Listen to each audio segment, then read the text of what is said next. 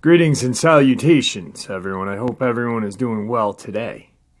Today I've got an update from Zach to share with you guys. I know I said I was going to have the gentleman from Louisiana on, but apparently he had a little accident today.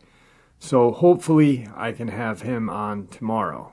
I also am going to reach out to Zach again and see if he can share what I'm going to share with you tonight in his own words, hopefully in the near future. Before we get into today's upload, though, a couple links. As you know, I rely on my Patreon, my PayPal, and my merch to help this channel to continue to grow and go. All those links are in the description below. I also have a second channel for creepypasta, fan fiction, and scary voice acting. Stories that, well, they really don't fit on this channel. Now, if that's anything that you're into, follow that link and give those stories a listen. You may just like what you hear. Now, I've taken enough of your time, guys. Let's get on with Zach's update, shall we?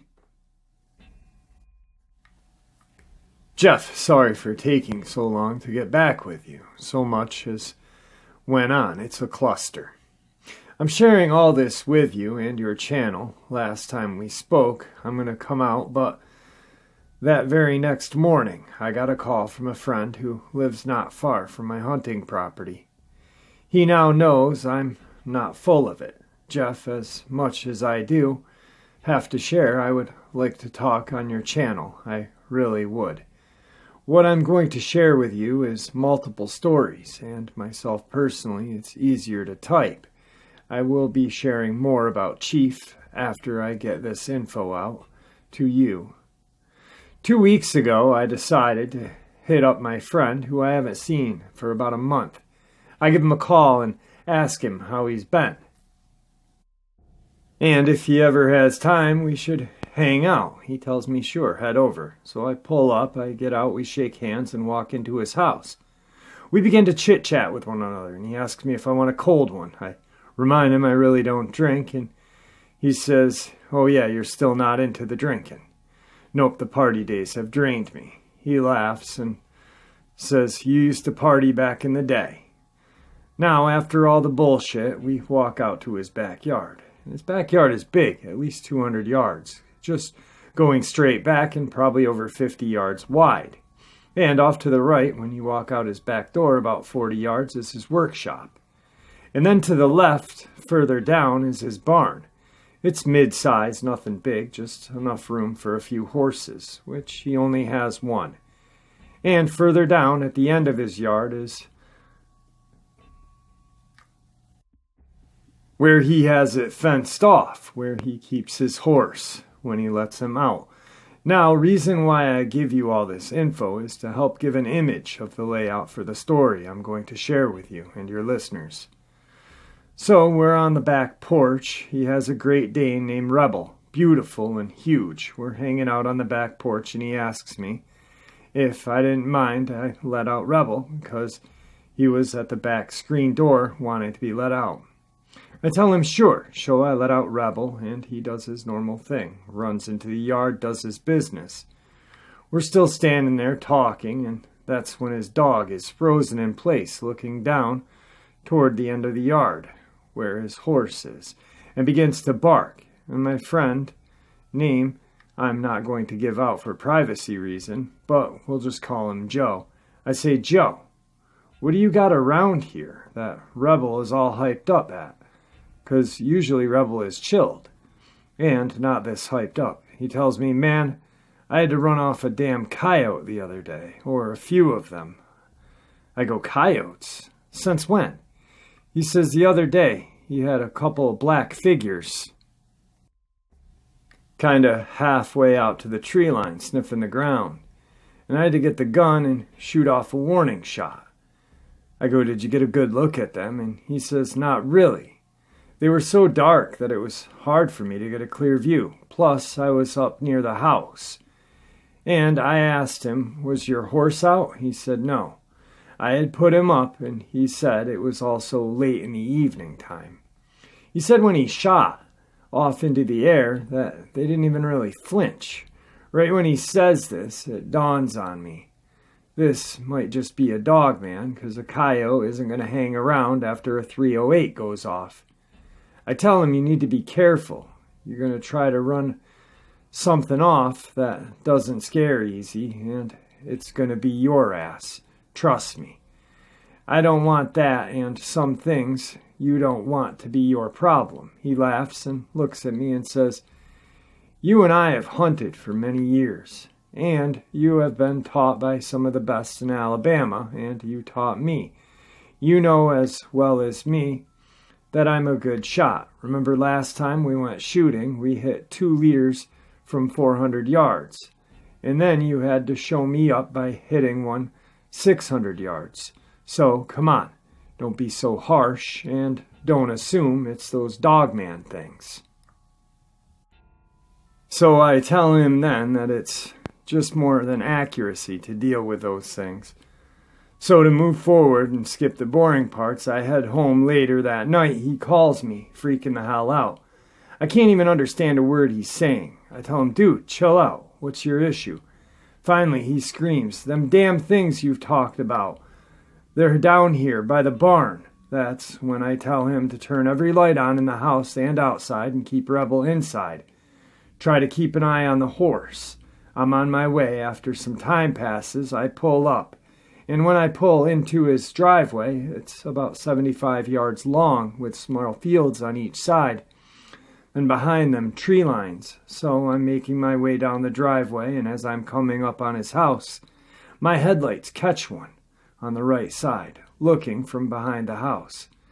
I say to myself, fuck, here we go. So I pull up as close to the front door as I can, so I can have my truck and his front door close as possible in case we have to leave, and none of us have to run out in the open. So I swing my truck around to where the driver's side door is facing straight at his front door, and his porch is right there. I quickly unload all 3 of my rifles I brought with me, my 7mm Weatherby, 340 Weatherby, and my .416 Ruger. I have a .375, but the .340 has more velocity. Yes, bullet grain is smaller, but if anyone knows Weatherbys, especially the Mark Vs, you can't go wrong, especially with the velocity. So I unload the truck guns, lay down the kitchen table. My friend is on the couch, white as a sheet of paper, shaking out of control. As soon as I go to try to say something, I hear a loud boom on the back side of the house. Joe then flips out and yells, "Get the fuck away from me." I've never seen a side of him like this. I grab his shirt and tell him, "Joe, you're going to have to get a grip. You're scared, I understand, but if you want to get out of this, you're going to have to get a grip. It's the best you can and clear your head. Listen to me, and we'll make it out of this, and hopefully this doesn't turn ugly. But your fear is going to attract them. They sense you're flipping your shit, so they're going to try to scare you." He looks at me and says, "Where is Rebel?" I look around calling Rebel, and he's nowhere to be found. Joe runs back to the sliding door and goes to open it. I tell him, "Joe, stop." He's now gone from scared to pissed. He throws open the blinds that are made to cover the sliding door, and then throws the door back. Porch light is on. So luckily nothing was there. He opened the door and he's yelling for Rebel. So I go out with him and begin looking around. I tell him, "Joe, you're gonna have to shut it. You can't be this loud." Then I ask him where, if your work light, we need to plug it in and put it on the porch and shine it out into the yard. This is one of those husky lights, about 7,000 lumens. He goes and gets it. I'm still on the porch looking around, and at this point I have my 7mm with me. And trust me, it'll work on these things, especially with the loads I've done. The 7mm has claimed 1, but that's an encounter for another day. But as I'm on the porch looking around, I look to my left and I see Rebel. Then Joe runs out with the light, and I tell him, "Quick, hook it up." I see Rebel, and this light covers 360 degrees and 180 degrees tilt. We shine it out into the yard, and off to the left is Rebel, and Rebel has his tail tucked between his legs, and is close to the ground, trying to slowly back up, and in front of him, coming out of the tree line, is a brown and black coated Dogman on all fours, staying low, making his way towards Rebel. That's when Joe screams, "Rebel, come here! Leave him alone!" And right when Joe does this, it perks up, and with its left arm grabs Rebel, and then its right and begins attacking him, holding its head to the ground. All I can hear is Rebel let out a squeal, another squeal, and then nothing. All this happened so fast, by the time I had my gun shouldered, Rebel was dead. Then it drags Rebel off, and Joe is sobbing at this point, emotionally wrecked and pissed, as Joe is on his knees. I hear movement and growls coming from the woods, and I tell him, "Joe, get up, we're not alone." As soon as I say that, to our right, out comes another one. This one was all black, hard as hell to see at night. As it comes out, it goes from being on all fours to standing on two, well, still hunched over a little bit. I say, "Joe, get up now." He slowly stands up, and I tell him, "Do not run, slowly backstep." And as we do this, it shows its teeth and widens its arms out like it's going to give a big hug, and then begins to run our way. We haul ass into the house. As we get to the porch, we turn around, and this thing is running on our right side, runs and hops onto the roof of the house. We make our way into the house, and I tell Joe make sure every window is closed, because his house is a 2-story. When I say this thing ran up onto the roof, I mean it did it, like it was a daily routine for him. It grabbed a window trim and made all its way up onto the roof. As we're inside, we hear it on the roof, one thump after another. This thing lets out a howl like I had never heard before, a howl mixed with a woman-like scream. I don't know how else to describe it. It then howls more. Followed with it, we run to the window that's in his kitchen that's facing more toward the driveway than the woods on the other side of it. And what we see is 3 more sets of reddish eyes, like a glare kind of red that's faint. Then they split up going in different directions, one behind the house, 2 in front. As this happens, I tell Joe, "Grab one of the guns, they're trying to flank us. We're probably in for a long night." He's freaking out, saying, "Don't we need to call the law or something?" I look at him and say, "No. Just listen to me and we'll get through this. Just remember, aim for the head and neck area. And don't shoot unless you have to. Make every shot count." As we were sitting in the living room, they began to bang on all sides of the house, and the one on the roof ran its way to the back side of the house, according to the sounds from the roof.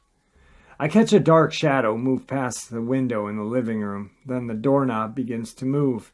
And guess what? The door was left unlocked. Joe goes to the door begins to open. And as it opens, I run and dive into the door and slam it shut, because the door got a quarter of the way open. I saw the whole right side of this thing, and I quickly lock it. As I'm locking it, I hear their deep breathing and gurgling noise. As I'm listening to this, it drags its nails on the door. I swear I hear this thing try to speak, because I could hear the word "die" behind that deep breathing and gurgle noise it was making. That's when I get this overwhelming, deep, deep gut feeling of fear. Fear I've never felt before. That's when the big slam against the door happened. It hit the door so hard it made a spider web crack in certain areas of the door. Then another smack comes from the windows in the kitchen. That's when Joe runs to the window and opens the blind. And the brown one was all face in the window. And out of fear, Joe aims the gun, and I yell, "Joe, don't!" Before I know it, he fires that gun. And all I hear is a yell, howl, like no kind of sound. I tell him, "Joe, what the fuck is wrong with you? You got any of their scent on this house? You're good as dead. So now, thanks to Joe, we have a window that's open, and now I'm waiting on these things to come in. I grab a flashlight and I shine it at the window. I can hear the one Joe hit gasping for air as I make my way to the window. I shine the light down at the ground, and about 15 to 20 yards is the Dogman slowly making its way back into the woods, with the others right there with it. The others look back with pure evil at this point. I knew we were going to die. My ears were ringing so bad I can't focus. And as they look at Joe and me, one grabs the dying one, and they begin to make their way to the woods, and the other two are about to make their move. So I take aim at one with my 7mm and shoot it dead in its left eye, and it drops. The other runs off into the back of the house, down the yard, and off into the woods. This Dogman makes number 2 with my 7mm. Don't think for a second I'm proud of this, because I'm not. If anyone thinks I'm going to take a picture of all of this, you're mistaken. What, so agents, if you're hearing this, there is no recordings or pictures taken. But I will say this, if your rats don't get taken care of, then I sure won't mind cleaning up your mess. Jeff, I'll send you more soon, 'cause it's a lot. I gotta catch you up and everyone up. But for starters, I wanted to get this out, because I know we tried talking the other day, but all this went down, and there is more to Chief than any of us thought. And just to get it out there, but I will be sharing that story next. Oh yeah, Buddy is back, and yes, Buddy has a name. They all do. Jeff, keep doing what you're doing. You are blessing in your own way. You and your channel helping us get things off our chest and help us help others. Many blessings, brother. We'll be in touch again soon. God bless.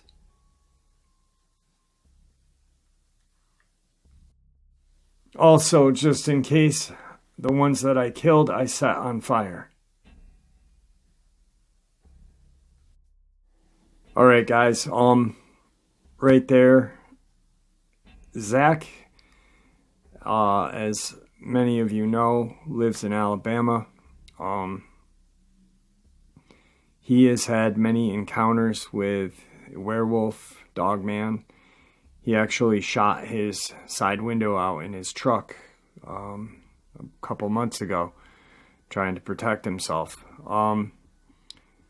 For those of you who don't know, he has been befriended by an Indian named Chief, or what he calls him, Chief. I reached out to Zach today to say, hey, I'm going to share your update. I want you to have a chance to share everything in your own words. I don't know what's going on with him right now, where he's at. He said he doesn't have really good cell signal. Hopefully we can get him on here. He can fill us in with some questions. I want to know more about Chief. Just a little bit more info of what is going on with Chief, actually.